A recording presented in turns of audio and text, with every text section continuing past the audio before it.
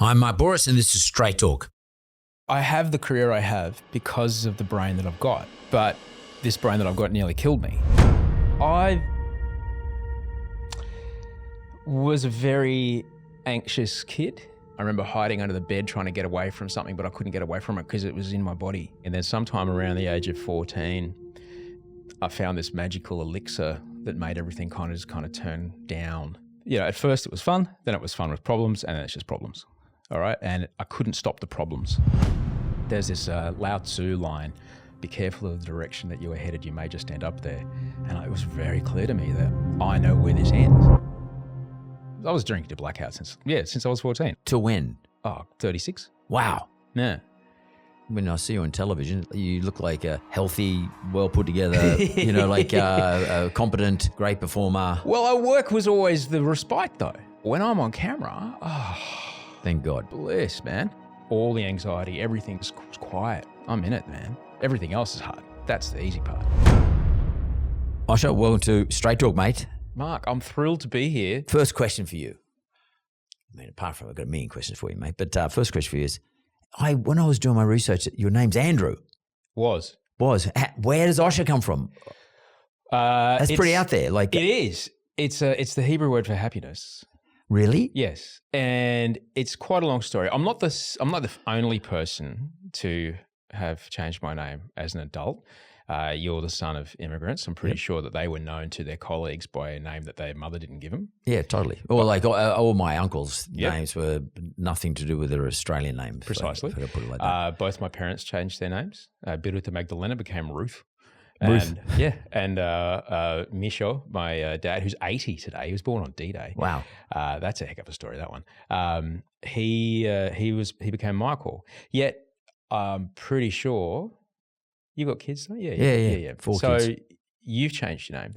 I've changed my name. Every man who's got a child has changed their name. There's a name that only one person or two people in the world call them, and it changes who they are. Dad. Yeah. When you get called Dad, it's a name that only this... I'm now called Pop. Well, even better. Because of grandkids. When you're called this name, it changes who you are as a person, and it changes what you're about. It changes how you relate to this person, and it changes the values that you have and your actions and values away from that person. As I'm sure the same thing happened with my stepdaughter, right? Not even my biological son. It happened with my stepdaughter. My actions and my values changed completely once this person came into my life. All right, so names are really, really important. I don't necessarily believe in any kind of interventionist God or anything, but there was an experience that I had with a shaman who said, look, if you change your name, you'll change your life. I'm like, all right, I can't help, can't hurt. I'll give it a shot. And so privately, I kind of did it. And there's a lot to be said. And I think it's more of a kind of nominative determinism kind of thing. The way I saw myself changed. Publicly, it was definitely a delineation between drinking and using and sobriety. And so it happened during that period?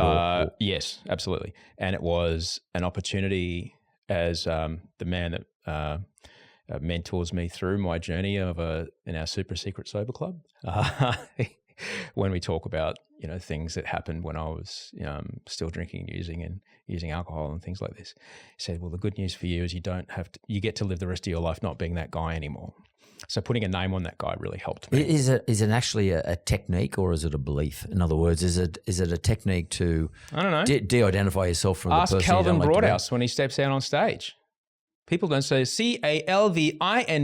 No, they say SNOOPDOGZ. Yeah. Who you are, the way you talk about yourself, the name you put upon yourself changes who you are outwardly. I think it's an internal thing. Absolutely. Miss Carrington left at the end of grade 2. See you, Miss Carrington. Have a good summer, kids. No worries. 3 months later, Mrs. Smith.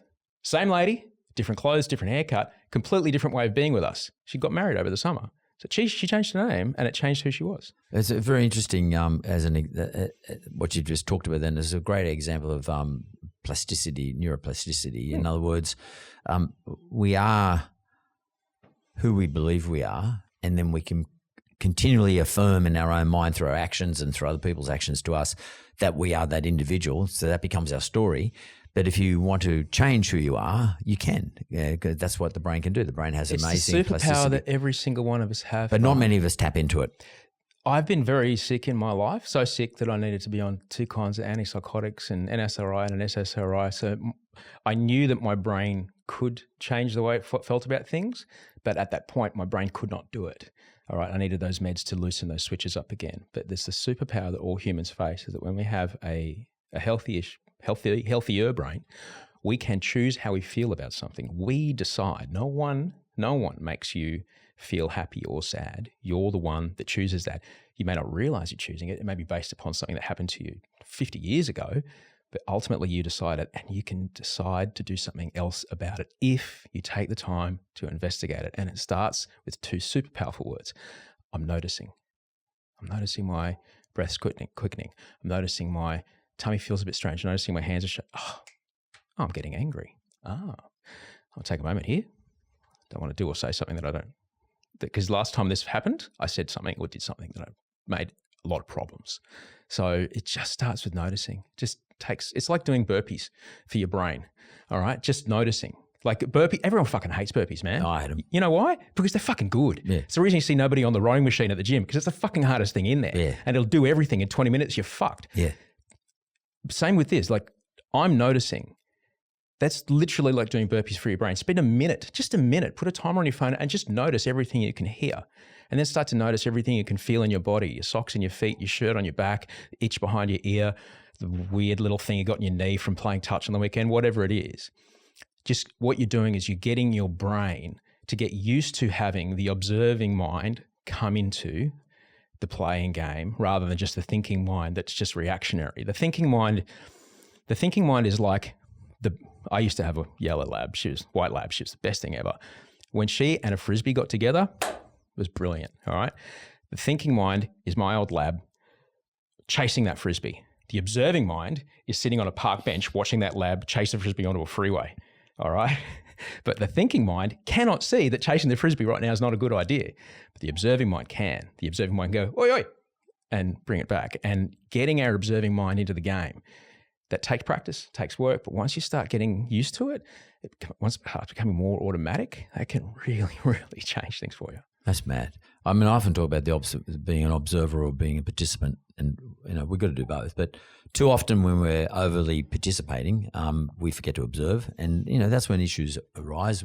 Things drop down between the cracks because we forget to do the broader strategic things because we're just doing tactical things. Like we're going to work every day, getting up every day, going to work every day, kissing someone goodbye, patting the dog, giving the kids a hug, go to work, get home, have your dinner, go to bed, blah, blah, blah. And we forget about making an observation. Wait a minute, what the hell am I doing here? What's actually my strategy around all this? And I wouldn't mind parking that for a bit and I'll come back to it because I want to ask you a question. Sure. You were born in England. I was? Yep. How long did you live in England for? I was a baby. Yeah, so like 3 months, 4 months. So you came to Australia straight after that? Yeah. Okay, so in Australia, were you brought up in which part of Australia? I did all the sandpit kind of stuff in Adelaide, and then everything else in Brisbane. Right. So, at what point did you realise that you would have that you wanted, in fact, a career in media, or was that not something you did earlier on? I was a very anxious kid. Which means what? You didn't like crowds, didn't like going out socializing? Everything. Like big anxiety and like big feelings in my body, feelings I couldn't escape from. I remember hiding under the bed trying to get away from something, but I couldn't get away from it because it was in my body. This horrible feeling was in my body. By the time I got to Brisbane, my parents went to see, like, what's going on at a fire. My parents are both doctors, so they understand something's up here, beyond our expertise. So they sent me to a psychiatrist. What's going on with a 5-year-old that you sent him to a psychiatrist? Like that? Well, that's what was happening. It was like probably the one there. It was 1979.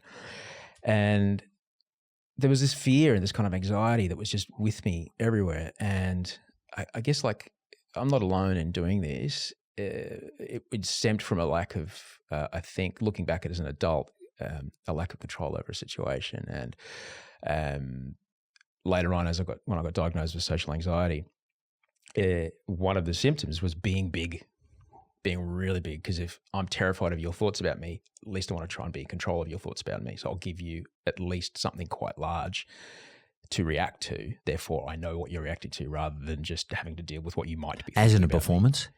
Oh, I would talk loudly in elevators and I would make that was and like showman stuff. I was a child, but just like big, right? I was about the age of 8 when I went to like I said, I don't believe in an interventionist guide. Probably a lot of it has to do with the amount of it that was rammed down my throat at the schooling that I had. And it certainly didn't make sense to me then. Makes less now.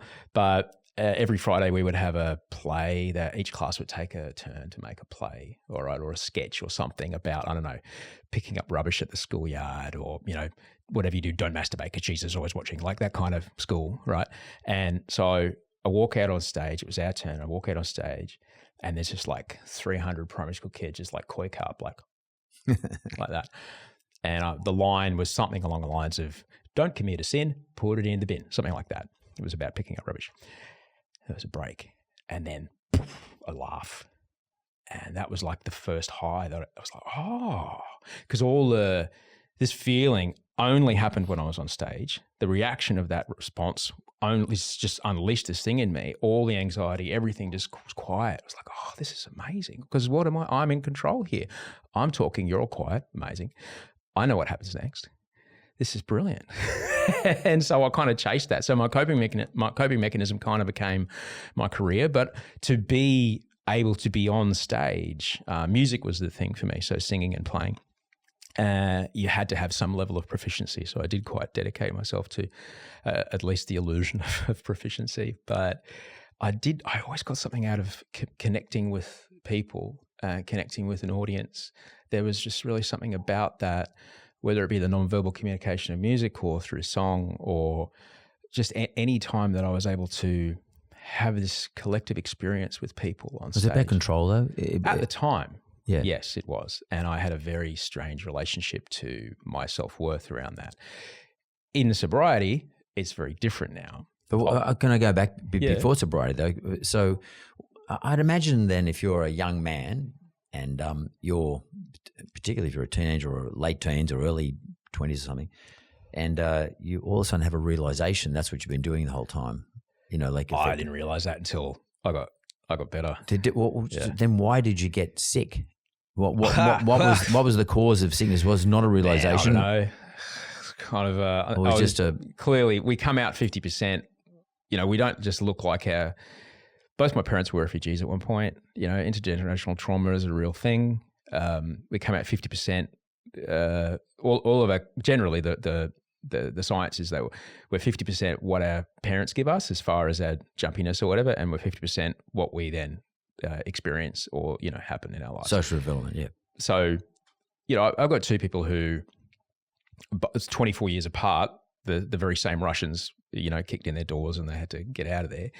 And so there's two people who went through life going, I don't know, the authorities in a state can come and take everything away. And that's kind of how they went through life. And they're not alone in our country of people who've had that experience when the state turns against them. So they were, you know, mindful and wary, and they had a way of being. And that kind of rubs off on, you know, my father lost family in the Holocaust, and, you know, so there was this thing that was very fucking real for both of my folks. And it's hard to not pass that on to your kids. You know, my mum was on the road just walked from Lithuania essentially down to Germany at one point. And it's hard to not have those things pass on, you know, vicariously to your children. So I can only speak for myself. It was, that was a part of it, but there was always this anxiety, there's always this thing. And then sometime around the age of 14, I found this magical elixir that made everything kind of turn down a little bit. And it was, I think it was Powers Bitter. Sorry, Queensland, good old power. Sorry, Bonnie. Wally Lewis. There was a time when it was Alan Bond's beer. Alan Bond had power. He sure fucking did. Totally. And Wally was one of the big promoters of it. Yeah, well and truly. They edited the Sorry Bondy out at some point. I think he must have done something. There's that fucking great line. You only get one Alan Bond in your life, and I've had him twice. Fucking Kerry Packer line's amazing. It's not dissimilar to your scenario with the Exactly. Here you go, here's 500 mil. Well, yeah. It's fucking great, man. It's like, I'm so stoked for you that happened. Anyway, so yeah, it was that. And then I had this beer, and then everything kind of got a little bit quieter, quite a lot quieter. And if I'm holding up a glass for people who are listening, the glass is half, literally, this is great, the glass is half full. I'm like, it's a bit quieter because I've drunk this much. I reckon by the time I get down to that on the next one, it'll be a whole lot better. But I never got there. Never. That was the lie. You never drank much more? Oh, mate, no. I kept going. Yeah. When that was always the lie. Yeah. That it'll be better when you're on the next one. But did it get better when you had some more? I mean, initially? No, like. So what's your reaction if you drank too much? But who would Osher become? I have an allergy to alcohol. If I drink, I break out in fuckwit. Side effects include divorce, financial ruin, career suicide. Really? And other things. Yeah. Oh, yeah. And do you, like, how bad does it get though? Like, look, I have, so essentially like my stepdaughter, she's got a peanut allergy. Thankfully it's not anaphylactic, but there's a kid at my youngest daycare that does, right? It's EpiPens at arm's reach, like defibrillators at a gym, right? Just everywhere, right? And if your grandkids were going to a party and that had peanut butter on their fingers or hands, and it's like, we've got to wash your hands, mate, because, little Jimmy's got, you would never dream of having a molecule of that shit anywhere near a toddler because it could kill them. Yep. Similarly, if a molecule of alcohol gets into my body, I have an allergic reaction. I can no longer decide how much is a good amount to drink, and my sense of right and wrong changes. Sense of judgment goes. My sense of right and wrong, my moral senses change. And only once that, and I cannot stop that reaction once it starts. It's like literally speaking to someone who's, I don't know, breaking out in hives. Can you please stop breaking out in welts all over your skin from contact with a cat or something? Like, that can't stop their body doing that. Similarly, I can't stop it once it starts. So not going near it is really, really important. And only once the reaction wears off, sometimes 12 hours later, sometimes, the next afternoon, 2 afternoons later, I turn around like, who the fuck said that? Who did that? Oh, fuck. It was me. And I couldn't stop it. And it became very, very clear that every day started to become the same. I was no longer able to make the choice. The choices were now being made for me. The days were just becoming very, very repetitive. The drinking was getting earlier and earlier. You do it every day? Oh, yeah, by the end, yeah. It had been years since I could remember the last day I didn't drink. And the days just kept getting the same, and the drinking was getting earlier, and it was getting worse. And no matter which way I tried, I started with beer and ended with tequila. This time I'll start with tequila and end with beer. No, same thing happened. No matter what, no matter which way I tried to play it, I don't drink beer anymore. I buy $60 bottles of red. I buy $100 bottles of red because I'm a fucking connoisseur. No, I'm just a fucking drunk, man. And I couldn't stop it. And I was lucky, really lucky.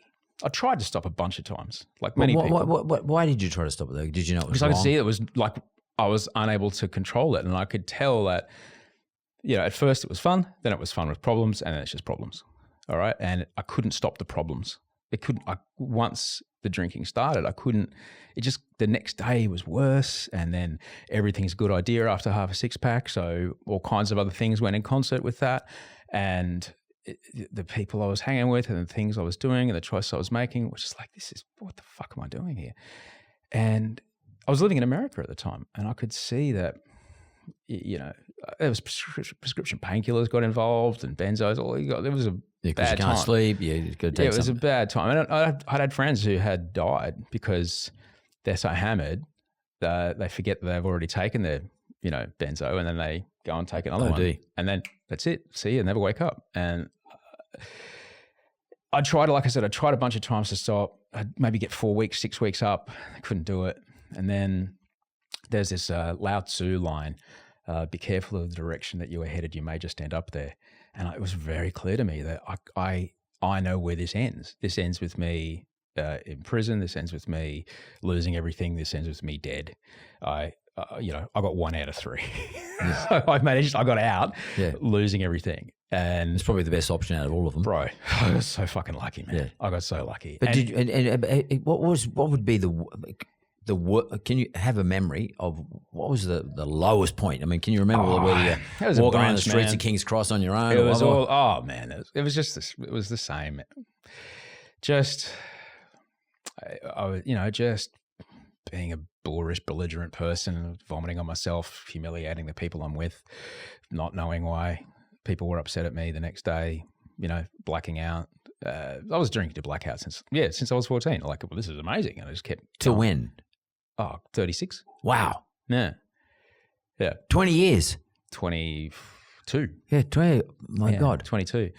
And I got really lucky, man. You just, like, when I see you on television, like, you look like a healthy, well put together, a competent, great performer. Prior to 2009, look, great tailoring and good hair and makeup can do a lot for you, Mark. No, but you had it all. You put it together quite well. Well, our work was always the respite, though. This is the thing. Like I was saying before, when I'm on camera, thank God, bliss, man. Like for other people, speaking on a live TV camera, and at the time, Monday nights, Australian Idol season, the first version of it, we were doing 2.2, 2.4 on a Monday. The good old days. On a fucking Monday, man. Like pre-GFC TV money and everything. Like for some people, that's terror. Yeah. Terrifying. 600 people in the studio, right? For me, those 30 seconds, minute and a half are just bliss. Like if you talk to Kelly Slater about his perfect 10 at Chopes, he'll be like, his face will just go to this complete moment of relaxation, even though that wave could kill him like that. Right? He's like, I don't know, I'm in it, man. Everything else is hard. That's the easy part. So being on the camera, you saw me, your sample of my state of being was me in my most calm, safest place.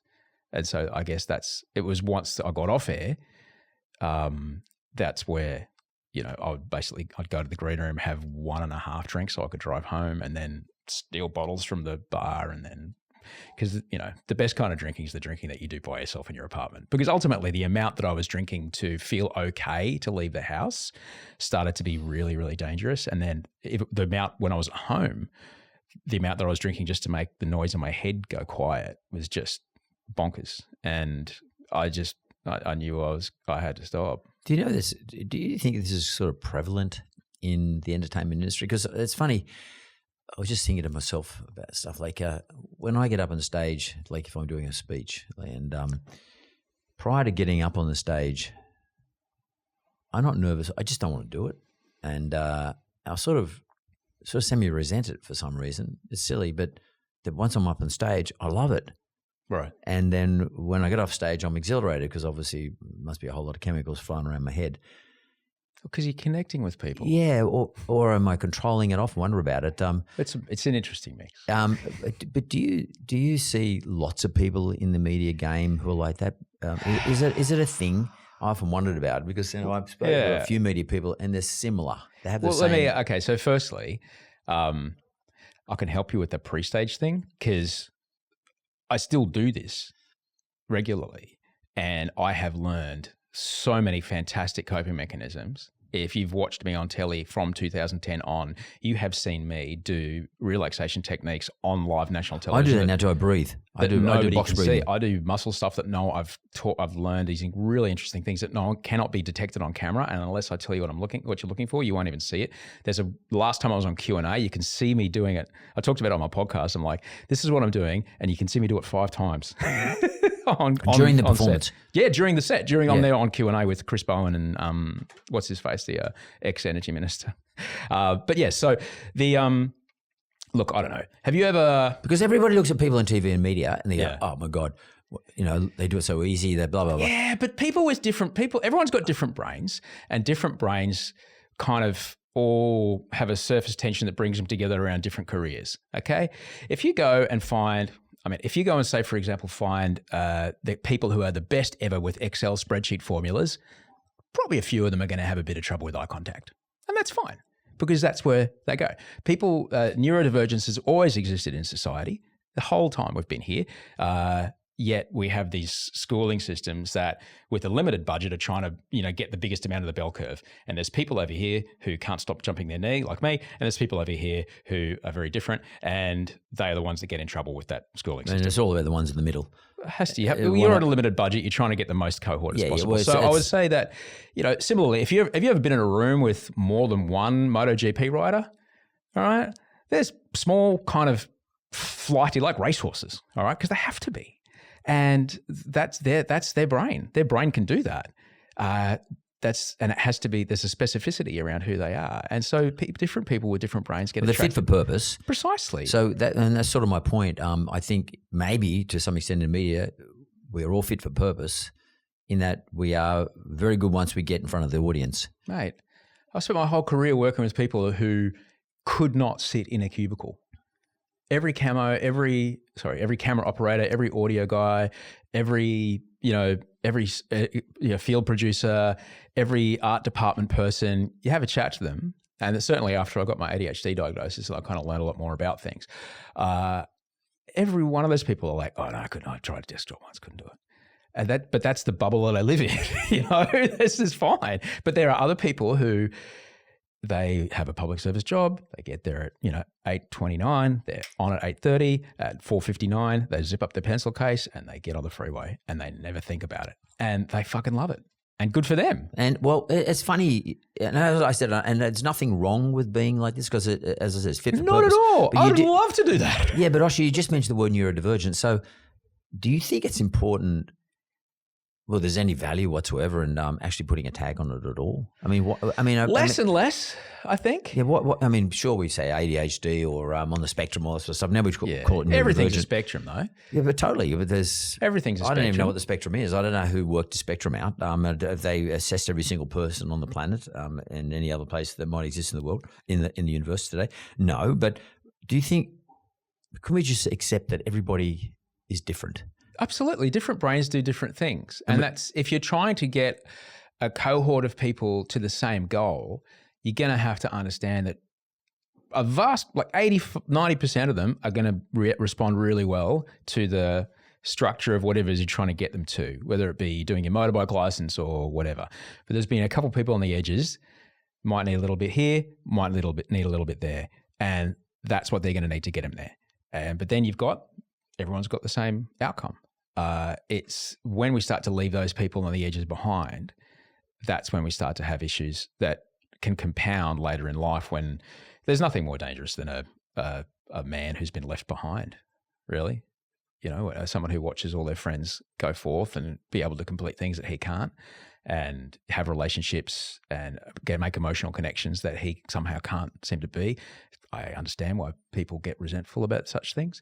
That's a dangerous man. Do you think then, you said it's interesting that when there's people on the edges, but what about people in the middle? Because they need an edge.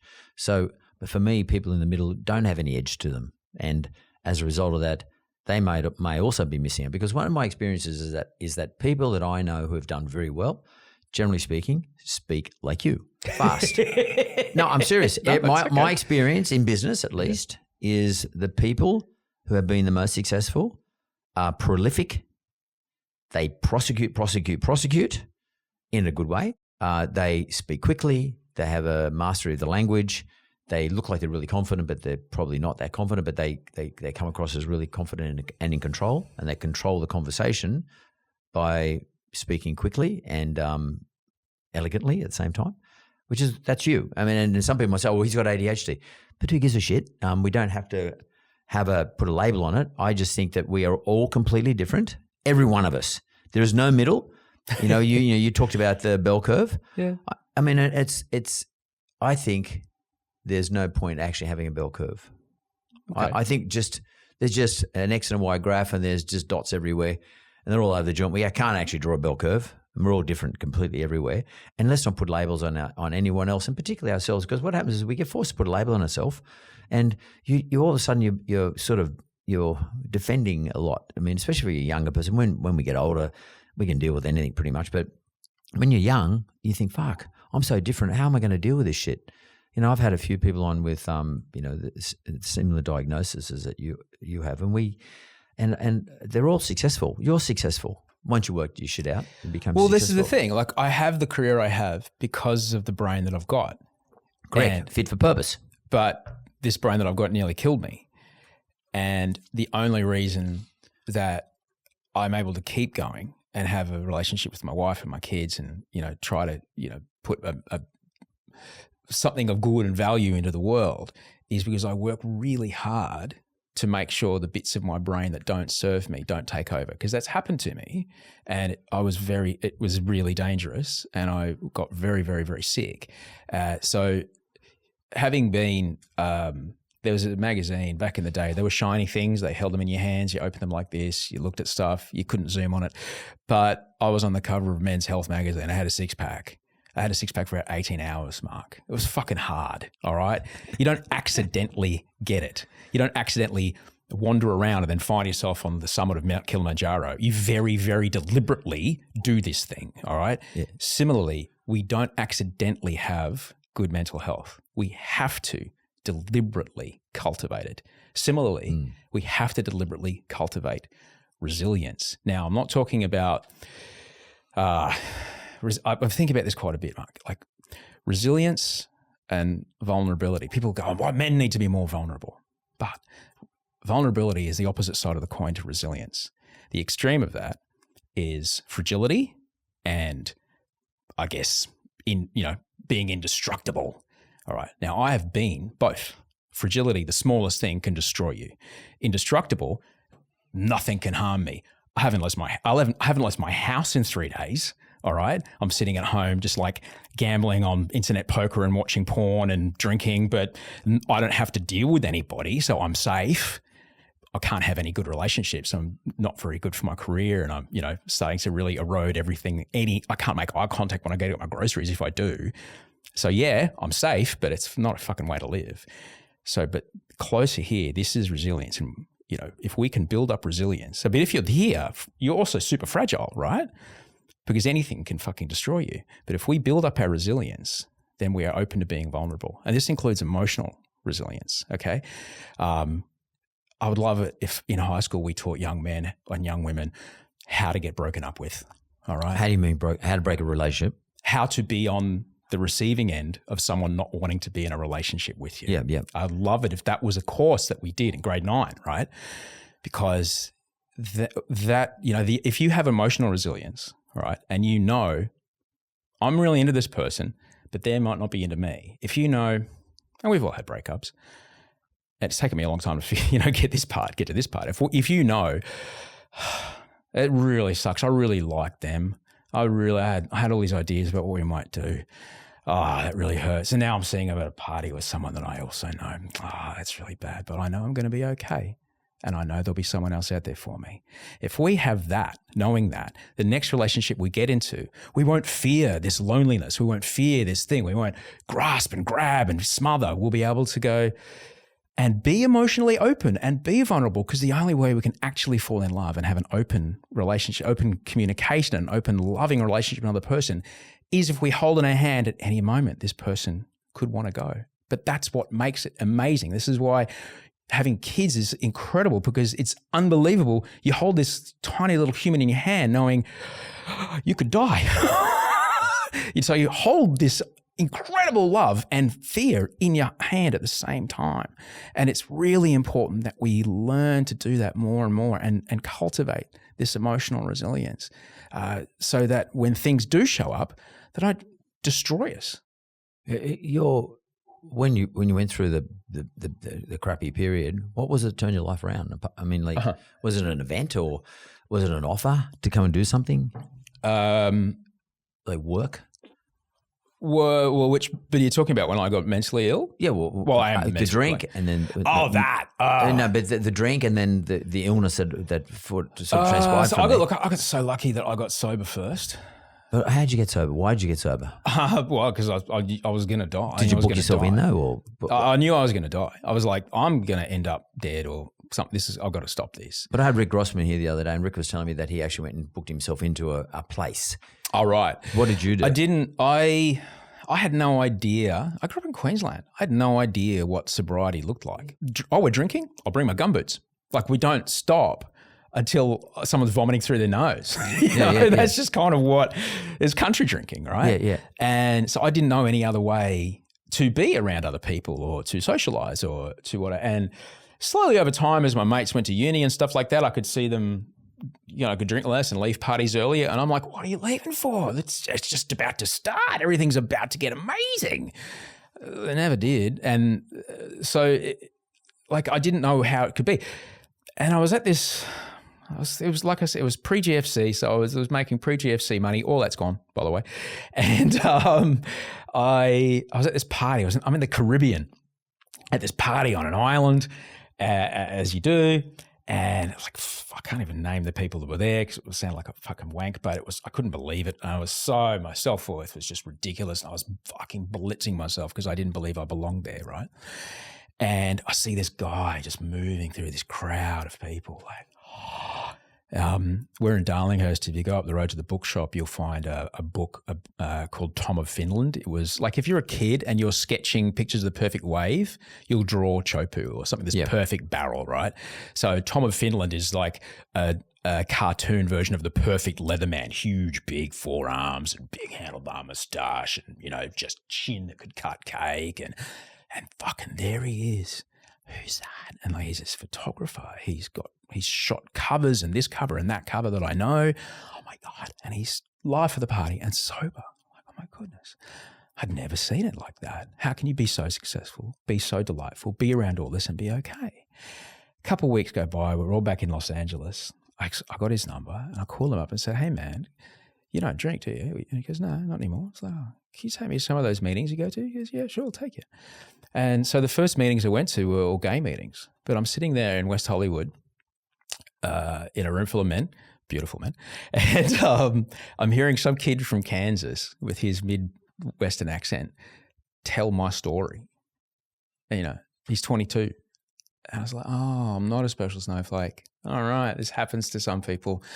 Okay, all right, what do I do now?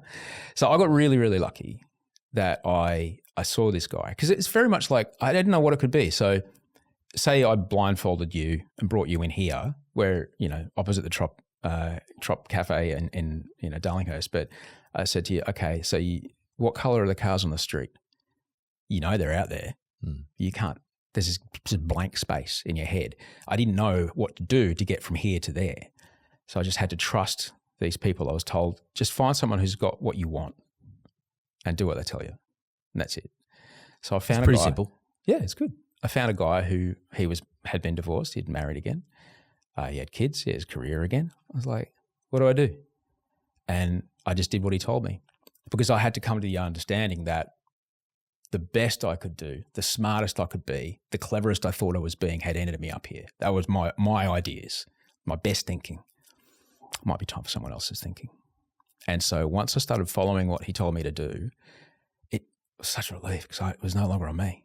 And he took that weight for me for a while and it was incredible. And so similarly, when I got really sick mentally, I'd been diagnosed with social phobia and generalized anxiety and all sorts of other PTSD. I got PTSD. I was in New York on September 11. I got PTSD after that. That's a really weird one. You're not physically hurt, but you can't do anything. It's super strange. And so that all kind of compounded. And then somewhere around 2014, as is often the case, I was quite fragile. All right. At the time, Bachelor hadn't been renewed for a second season and I wasn't hearing if it was or not. So I'm overseas paying rent out of my savings. I have no job. I'm in a relationship with a person that is really inappropriate for me. My father got sick, quite ill, and I had to pack a bag and get ready to get back on QF12 at any moment to get back to Australia. And then one day my brain just fucking popped, man. And I started experiencing paranoid delusions. I started experiencing psychosis, episodes of paranoid delusions. What's a paranoid delusion? Paranoid delusion is that everyone's coming to get me, right? Like literally? For me, it was climate anxiety, which is a very fucking real thing. What does that mean, climate anxiety? As far as I was concerned, the absolute worst possible case scenarios of climate change were happening today, and I'm the only one that knows about it. And I would start to see visions of the mountains around Los Angeles on fire, and I was like, running usually made it better. So I would leave my apartment in Venice, run down, touch Santa Monica Pier, run back. That was 10Ks. And as I'm running, those little Baywatch towers, it's wild. They've got a concrete block underneath them and a chain connected to the bottom of them. And as I'm running, I look over to my left and I see them kind of floating, holding against this chain like this, and then glitch and then back again, and then glitch, and there it is, and back again. And I look up at the palm trees above me, and they're no longer above me. They're now kind of weird lily pads sitting on the surface of the ocean, because the ocean's now 5 or 10 meters above me. Becoming like delusional. Oh yeah, but it was like glitching in and out, and I was like, something's really fucking wrong. And every time one of these things happened, it would be horrible pain, like awful pain, running through my body. And it was happening like every 5-10 seconds. And I started to swat at them and kind of go, every time it happened. And I knew I was in a lot of trouble. So I didn't even make it to the pier. I turned around and ran back. And there's quite a sizable homeless population in Venice. It's even bigger now, but a lot of it's quite untreated mental illness. It's quite sad, the health system over there. It's such an incredible country. And they don't look after their people. It's really sad. I was over there recently. I couldn't believe the amount of people living in tents everywhere. It's so fucking sad. And I'm running up behind this bloke. I'm trying to get home as fast as I can because I've got to call my guy. And I'm running up behind this bloke, and I can see from behind there's this plume of urine on the back of his pants. He's got no shirt on. He's got no shoes on. His pants are way too big for him. He probably hasn't eaten for a week. And he's shuffling. And he's swatting, he's grunting, he's flinching. And I run up next to him, and he's about 10 years younger than me. And I was like, oh, fuck. We're doing the same thing, but I know something's wrong. And I ran home, and I called my man, David, and I said, mate, you got to get out of your house. If you can't get out of your house, you got to get up to the mountains because the fucking world's going to end. Have you got a gun? Get a gun. You got to go hide in the mountains. He's like, mate, you need to get to a doctor now, like right now. He said, you're lucky because crazy people don't know they're crazy. You know something's wrong and you need to get to a doctor. But I couldn't see my doctor for about 3 days. So that was a really hard So what'd you do, lock yourself down? Or I beg your pardon? What'd you do if you had to wait 3 days? You lock yourself down? Fuck me. I went to Vail on a ski trip with a mate. That was fucking horrible. It was horrible. Did you do that to distract yourself? No, I was booked in to go. And it was already booked in. As is often the case, you lie. No, I'm fine. You lie to the people around you. And yourself. It was horrible. And I finally got to see my shrink. And it had this beautiful Eames recliners, like original season 1 Eames recliners. Beautiful. I find them uncomfortable, but yes. I sit on the edge of his desk and I'm like, you get up to Big Ben, you get an esky, fill it full of all the food and canned food. And he's like, you're experiencing paranoid delusions. And I was like, my brain, the first thought was like, holy fuck, he doesn't know. And I knew in that moment, I don't know what it was. I got really lucky, Mark. Part of my brain went, hang on a second, hang on. And I was able, because I had learned to meditate as a younger man, and I had been meditating quite a bit to try to help myself. And I was able to just peel my brain away for a second, look and go, wait a sec, wait. What happens if we don't believe him? And I was so lucky but my first thought was, he's in on it. He doesn't know. And I can understand why people, don't take their meds and then just leave, because it's real as you're sitting in front of me. And I ended up, took a while, but I ended up on 2 kinds of antipsychotics and SSRIs and NSRIs and antidepressants. Yeah. Is that what they are? Yeah. Yeah, but I was on olanzapine and what's the other one? I can't remember the other one. Like, antipsychotics are amazing because have you ever seen a plane that have had to evacuate because it kind of caught fire on landing or whatever, and it's just this ball of foam with a fin sticking out, like this giant ball of fire retardant foam? I was in so much trouble because after a while, and when you do the intro to this, you're going to need to do a bit of just because I've learned through sharing my story, people have blocked shit out, and when suddenly something will click for them, they may not realize, oh shit. So it's important that you preface your episode with, a bit of at least a Lifeline number and talking about the risk of suicide. So this feeling wouldn't stop. All right. This feeling was just on and on and on and on. weeks, months. They tried so hard to help me with different kind of concoctions and things. And about every 10 to 20 seconds, there's fucking flinch, man. Like I would sit there in front of my psychiatrist doing this, like just flinching. And it hurts every time. Pain. After a while, your brain just goes, hey man, I've got this great idea. I've got this idea of how I can make all this. You want to make this stop? You want some peace and quiet? Come here with me. And I had lost friends to suicide, like everyone. And I had never understood why.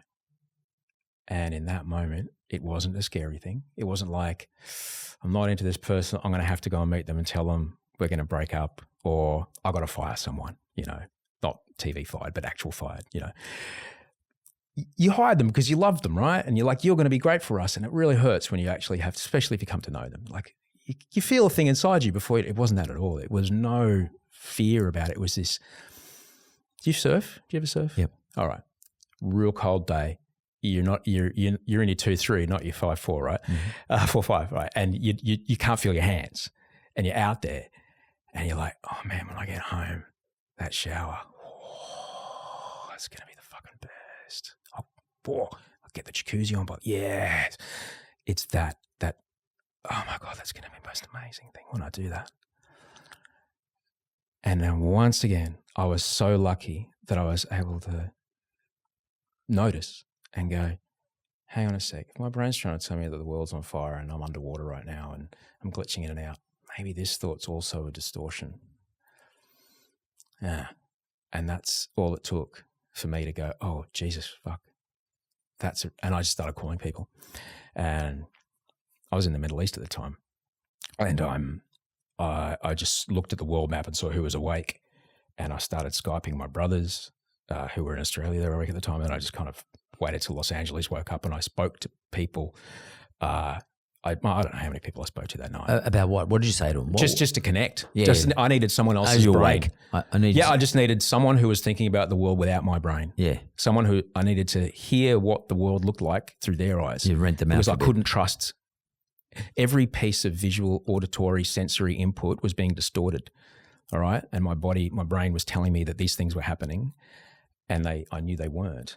But I couldn't resist that. It was so connecting and being in connection with another person and having that phone call. I made a documentary about suicide prevention. And what was that called? It was called Life and Death. Yeah. Life and Death. Yeah. Yeah. It was great. We won an award. And where was that published? It was on SBS. SBS. Yeah. We won essentially the Oscar of Asia. Wow. Makes it easy to make a second film. film. What was that about? Obviously. The second film was about chronic pain, but that's another story. Chronic pain in physical pain. Yeah.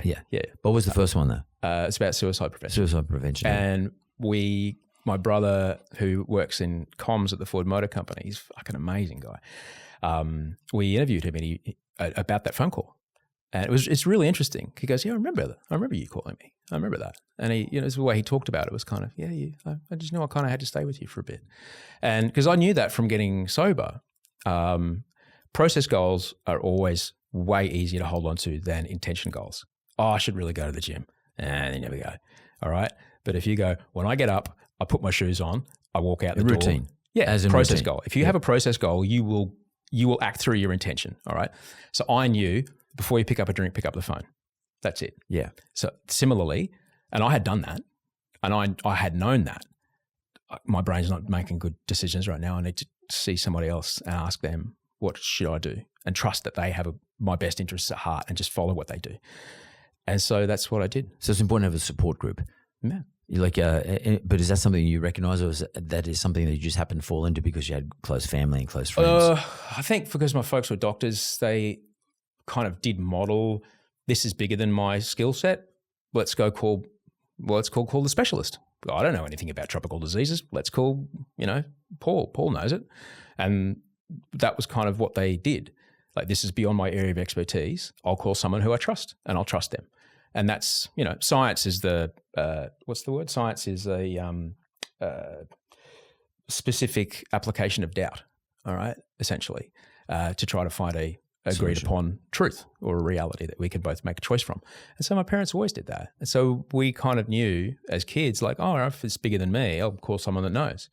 But that was kind of, I'm a white Australian boy, so I didn't want to do, I denied it for a long time, to the point even where my doctor said, here's the antipsychotics, take them when you need them. Really? If I don't take them, I don't need them. Yeah. No, it got way worse. Did you struggle with the fact that, did you go through a period where you struggled with the fact that you thought you might have been, unwell? Did you ever sort of fight that? Oh, fuck yeah. I'm not well, I'm fine, I'm sweet. I got offered antidepressants in 1999 when I first arrived in Sydney, but I'm like, I'll just have a beer, I'll be fine. It's ridiculous, man. It's such. If alcohol was invented today, I doubt we would ever make it legal. It is such a fucking damaging drug. It is a socially acceptable, readily available, self-administered depressant that is proven to be addictive, and is a class. It's in the same class of carcinogens as asbestos. Right now in Sydney and Melbourne, we are digging up playgrounds everywhere because they're asbestos, yet I don't think the bottle-o's got a digger anywhere near it. So how long have you been sober for? What do you know? Fine somewhere, 14 years, 2 months and something. So you must be getting close to 50 or maybe already 50. I just turned 50. Turned 50 years. So, like you've really been sort of, you said you started at 14. So that's like 36 years of been a fairly amazing at a personal level, I'm not talking about your career, but a fairly amazing journey. And then you've done, what'd you say, 14 years? How many years sober? 14 years, 2 sober. months or so. And you started when you're 14, which is quite interesting. So you're 14, and I'm just looking at you. You look very fit. I train, man. You look really well. Because is that part of the strategy around staying sober? Without a doubt. I mean, I think you're a bit older than me. A lot older. Not too much older. No, a lot older. No, 68. So you're 20 years, nearly 20 years older than you. When are you 68? Fuck off. Yeah. Well, you look amazing. If I look like you and I'm 68, I'll be thrilled. The thing is, I will be, and I did these sums when Wolfgang was born, I'll be your age when he graduates high school. And I know, because I've been through it with G, she's 20 now, I know how much it takes to keep up with a 16, 17-year-old. I need to have ability, resilience, physicality, health, vitality. I have to because the father, yes, you can have it. Audrey raised Georgia by herself. All right. You can. Audrey's your partner. Yeah. Or my wife. Your yes. wife. Yep. You can be a single parent. And George is her daughter. Parent. Pardon? George is her daughter. Yes. And she's my stepdaughter. Yeah. How old is she? She's 20. 20. Okay. She's an incredible kid. Her and her mate. She's an amazing woman. The absence of a father in a child's life is so fundamentally linked to poor outcomes for that kid. Yeah. You've got to fucking be there. You just have to. And here's my plan: fit, dead. Yeah. That's it. I saw Tracy Grimshaw talking about wants to live forever. No, I'm fine. Like, there's going to be a point where I stop getting scans. I'll be like, nah. And maybe at a point where you're no longer fit or no longer well. And again, I just want vitality. But it's about fit for purpose. So fit means to you when you're, let's say when you're 70 or your stepdaughter's having kids and let's call them, you've got grandkids to look after. Yeah, I want to be. I want to take my grandkids to jiu-jitsu in my 70s. Okay, what's fit for purpose mean to you at that point? I can walk stairs, toilet, ride on a bicycle, ride the motorbike, be able to pick up a toddler when they're being a pork chop, be able to do the school run, no problem, And if you've ever tried to get a 4-year-old that doesn't want to get into a car, a car, you can't do it if I've got a fake hip and everything. Like you need to have meat on your bones. But plus, our body only, I train to give my body the neurotransmitters that I need to shift mood states throughout the day. All right. There's certain things that our bodies release into our bloodstream that only happens when we're doing resistance training or kind of zone 2, as it's known, training. And if we don't do those, we're doing ourselves a disservice. We're designed to move. We're designed to lift. If we live a sedentary life, we actually have to deliberately move our bodies because our brains don't work properly. We don't digest food properly. We don't sleep properly. The endogenous things that can get released into my system, you must come around. I don't know if it's your thing, but the first thing that I did when I figured out that I was no longer having these 2 big TV jobs was install a sauna in my backyard. And because I now have this little space where I just sit and think and deliberately expose myself to discomfort. And then I jump into the little pond, the little cold water thing, and I can feel the endogenous opioids just get released into my body. And I'm like... Endogenous being internally as opposed to anything exogenous, which could be a drug. And I'll sit there and I'll look at the stars and I'll think about the photons that are hitting my eyeballs left that object before humanity even existed. I'm like, I am so high right now. But naturally. And I haven't had to call anyone to buy anything from anywhere, and I'm able to induce this state. But you can't sell that, all right? And you can't market that, and you can't get the Queensland cricket team on a fishing trip in the wet Sundays telling you that everything's going to be awesome if you crack a can of it, all right? Which is what I believed. Marketing did a lot of jobs, and having that knowledge is amazing. And certainly like when I'm in that sauna, and I'm an idiot, so I push it. I know, I do a Paris, what's it called? Polyvagal breathing, which is 5 in, 10 out. Yep. It stimulates your vagus nerve, which is how you can induce a calming reaction. Sometimes it's called box breathing. So it hurts like fuck, right? I'm in there. It's like really uncomfortable, but I know by count 2 of the exhale, I'll be fine. And I'm good till about count 7 of the exhale. And then it starts to be really uncomfortable again. But then I know it's cool, man. I only got like 8 more counts and I'll be okay again. And just training myself to be with that discomfort, it never gets easy. But what it does is that things that used to shit me just don't shit me that much anymore. And it's extraordinary.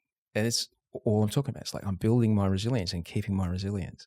And I think it's so important as we get older, we have to very deliberately do it. My mum was a doctor until the day she saw her own x-ray and went, yeah, I've got about 6 months with the cancer diagnosis. She diagnosed herself looking at her own x-ray. She would always say, over the age of 40, make your body your hobby, whatever it is. No model train sets, golf, tennis, fucking gardening, whatever. You make your body your hobby. You got to make the physical movement a part of your day. Commute under your own power when you can. We are designed to move. We're designed to lift. And there's a certain point in life, as you know, if you don't look after it, like you're probably the fittest of all. In a good way. I dare say. You've got the genes, bear in mind. My grandfather, who was a doctor as well in Adelaide, got off the boat from Lithuania. He was like, I only see old Greek guys. I don't see any old Irish guys or Poms or anyone. I only see old Greek guys. What is it this? So there's my Lithuanian grandfather eating feta cheese and olive oil, discovery, this is in the 50s, man. Yeah. He kind of knew something was up because that was the only old men that he saw.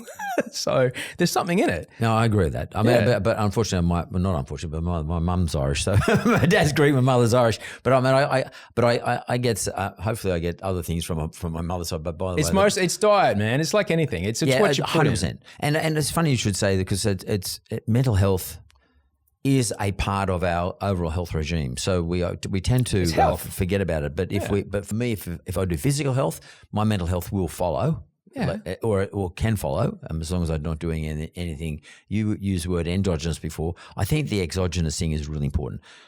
For me, it's about what I put in my body. Absolutely. Yeah, and because I can do the rest myself. If I put just the basics in, the good stuff in, I don't need to have anything exotic coming in. I don't really need to have booze. I don't drink much anymore. I definitely don't need to have any drugs.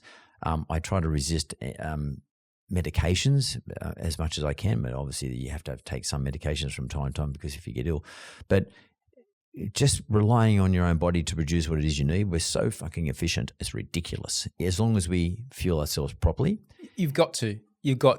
And on medications, I'm on meds now. I have the life I have because very, very clever psychiatrists have come to help me.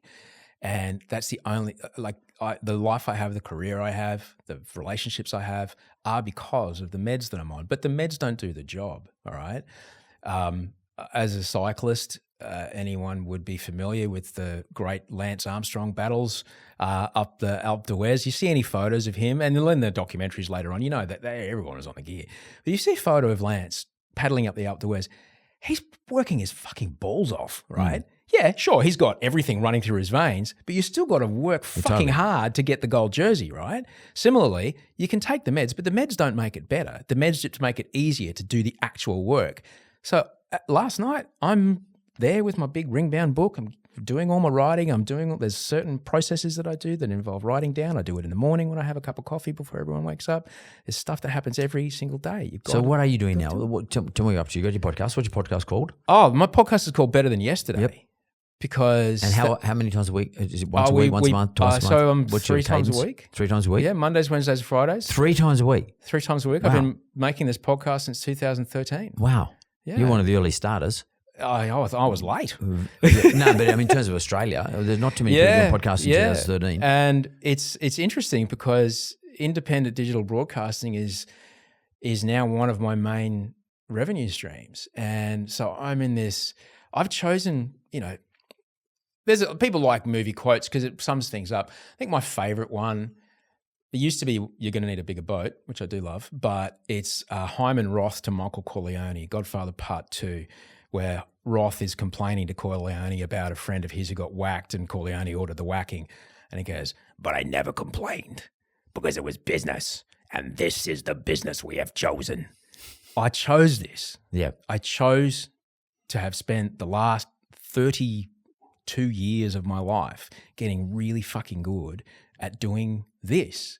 And to this business, which is now currently experiencing extraordinary contraction and correction and transformation. Restructure. Huge. I have this very particular set of skills, to quote another film. Where do I deploy them? How do I make sure that I can put myself in the value chain? And how can I make sure that I make something that is in accordance with my values? Which I did want to ask you. I believe it was the notorious B.I.G. who said, the more money you've got, the more problems you see. You don't need to work. You don't need to do what we're doing right now. Why are you sitting here? Selfishly, you're right, but I do need to because I'm not a very social person and this is my social interaction. So ordinarily I would never get to meet you perhaps, or if I did, I would have to go somewhere to meet you, which I don't like doing because I've never been good at it. So I get to sit down with Osher Günsberg. So I can sit here with you for an hour and a bit and find out about your life. I'm socializing with you at the same time, but I'm also learning. I did notice you struggled making eye contact with me for the first 5 or 10 minutes. I'm not very good at it. Right. In fact, I'm hopeless at it. Right. Hopeless. Right. But I do get up on stage all the time, like once a week, and I'll perform. And people can't believe it, but when I get off the stage, I can't wait to get out. I've got to get out of there. Get the fuck out of there. I've got to get out of there because I'm just no good at the other stuff. So for me, maybe I have some of these neurodivergent things. I'm not here to disclose my particular problems, or issues, not problems, issues, but who I am. But I selfishly do this because I get a great deal out of it. Right. I had to come to this to. Jim Fannin wrote a book called, he's the guy that took Alex Rodriguez from the Texas Rangers to the New York Yankees. He's the guy that took Agassi to, wherever he got to. And he said, you got to ask, what is the thing that you do best? What is the thing you do better than anybody? And that's the thing you think about when you're at the stadium screaming and whatever. It's got to be one sentence. And it took me a long time to think of that. But I have one job. My job is to make people feel less alone. That's it. Whether I do that in a podcast, on stage, screaming, take it off at a giant popcorn machine, the writing I do, writing a book, being on stage myself, doing a keynote, speaking with somebody, whatever it is, that's my job. That's the thing that I do and the thing that I would get out of bed to do if I got paid to or not. All right. So I would ask you the same question. My job is to ask people questions. That's the truth. Yeah? Yeah. Is to ask them questions. Why? What's the value you get out of that? It's not the value I get out of it, it's the value they get from answering them. You've got to get something out of it. No, I like to hear people answer the questions. Yeah. What does that give you? I learn about myself, or I remind myself about things about myself. So this is therapy for me. Oh. I know a guy.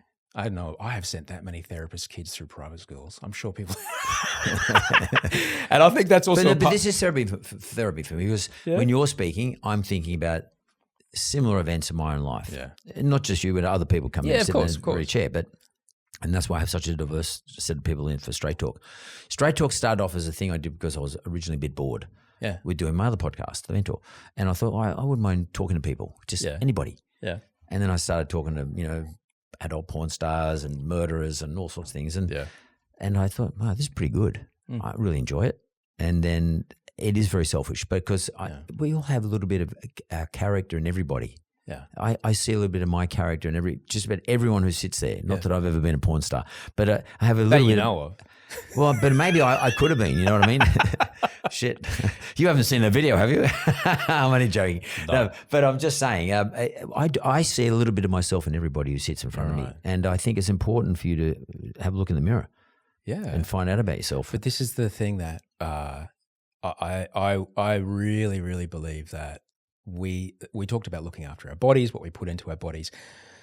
If you pulled someone out of a glacier in Norway, we would be fundamentally the same physiologically as the dawn of humanity 300,000 years ago. We're exactly the fucking same. There's nothing different physically. We probably have access to more calories and better, we have antibiotics, things like this, but we are the same. We are creatures that everything was evolutionary. Everything in our body is evolutionary. We're predisposed to things that are negative because that kept us alive, which is why the news cycle was like, fucking everything's on fire, because their business is not to tell you the news. Their business is to keep you on their platform, to sell you ads. That's their business. Be careful. So similarly, there's a whole community aspect, things that get released in our brains only when we are helping another person, moving in concert with another person, moving at the same time, singing together, being with each other, helping each other do a collective thing. There are things that happen in our brains only when that happens. And more, as we sit in a room alone, looking at a screen, we are denying ourselves these things. And ultimately, that leaves us as a community, as a society, far more fragile. And that's a dangerous place for us. And as individuals. But wholly, we become very suspicious and jumpy and worried about, fucking brown people or whatever the fuck is lately. And we're really easy to push around and manipulate. Yeah, totally. We're not thinking for ourselves. And institutions or organizations or businesses or people will manipulate us. Absolutely. Because that's the nature of humans. That if there's an opportunity to manipulate to get advantage, that's sort of nearly an evolutionary thing. The antidote to that is to deliberately try to, you can do it. You can replicate the kind of conditions that we evolved in, which was a small cohort of people. If you think 5 people that you would trust to call if you couldn't make the pickup from school. All right. Mm-hmm. You need to start with 1. All right. If you got 1, you're lucky. Try to find 5. All right. You got 5 people in your life, and relationships take nurturing. They're like pot plants. You got to keep them alive. You got those 5 people. Because of that, you'll create this thing around you, and your problems, when you face them, will not be yours alone to face. There will be people get around you, and that's what we're designed for. We're never designed to hold things by ourselves. So it's important that we actually actively cultivate this. And so I'm glad that you're doing this. And I am too. And I try to take 1 or 2 things out of everything I do, every show I do. And one thing I'm just going to take out of is what you just said. It's a really good analogy. People are like pot plants. For anyone who's used to being a gardener, which I am, and you have to look after things. Otherwise, they just won't grow on their own and won't survive on their own. They need water, they need nutrition, they need light, they need fresh air. They need maybe to take some dust off. They need to be looked at. You need to look at them and be part of it. And you're right. You can't look after 50 things in a garden. No. You can look after maybe 3, 4, 5, perhaps. Mm-hmm. And that's a good point. So don't beat yourself up. A lot of people beat themselves up. I don't have a big enough group. It's not possible to have a big enough proper group. You might have hundreds of people that you just talk to them, say hello, blah, blah, but they're not your pot plants. Facebook friends won't come and help you move a couch. No, totally. And that's a really good point, Osher, that I'm glad you you articulated that to me, and it's a very... it's my job. And you're very good at it, and it's... And it goes right back to your very question to me. Why do I do this sort of stuff? I take something out of everything. And it is therapy for me. And I don't mean it in a sense that I have some major issue, but it is therapy for me. And I think everybody needs therapy too. And I don't think anybody needs to be, and we don't need to, and I also don't believe we need to be, anyone needs to tell us that we fit into a certain category. Yeah. We're all a bit unusual, every one of us. Is therapy just another way of reflecting, take us back to the first part of our conversation? Is therapy just reflecting on choices we may not realize that we've been making? or choices we haven't been making. Yeah, and they're going, maybe I could choose something else. Correct. And if we do it enough times, then that becomes the automatic. Then we think about it as much as we we're not our stick shifts anymore. But there was a time, the very first time you reversed down a driveway in a stick shift, you're like, everyone fucking shut up. You know, you couldn't do anything but.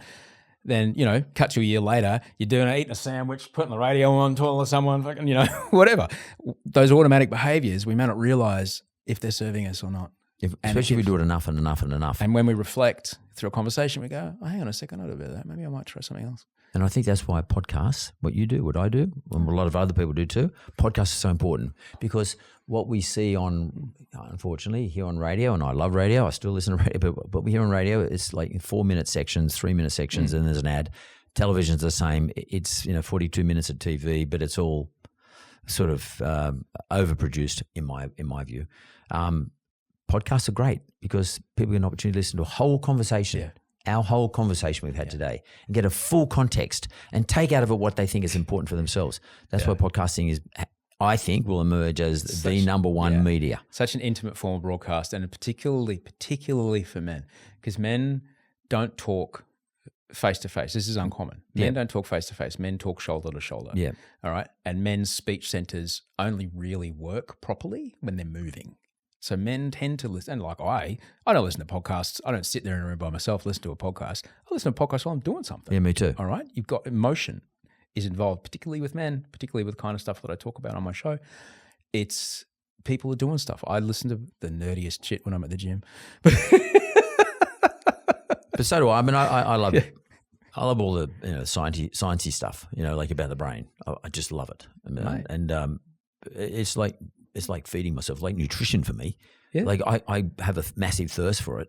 And I wondered to myself, what the fuck was I doing before podcast came along? I mean, like seriously, what was I doing? Yeah. And I don't know. And life is a lot more simple then because there wasn't many mobile phones around. Yeah. Everything was much different. But today, I don't know what I would do if I didn't have the opportunity to listen to podcasts, given all the other shit that's going on. Yeah, coming at us, left, right, and centre. Yeah. I really enjoyed meeting you. I really enjoyed this conversation. And I want to say probably the most important thing from my point of view is your fucking dead set honesty. Oh, man. You don't care. You just say what you're real. Well, we have no time to be anything but inauthentic.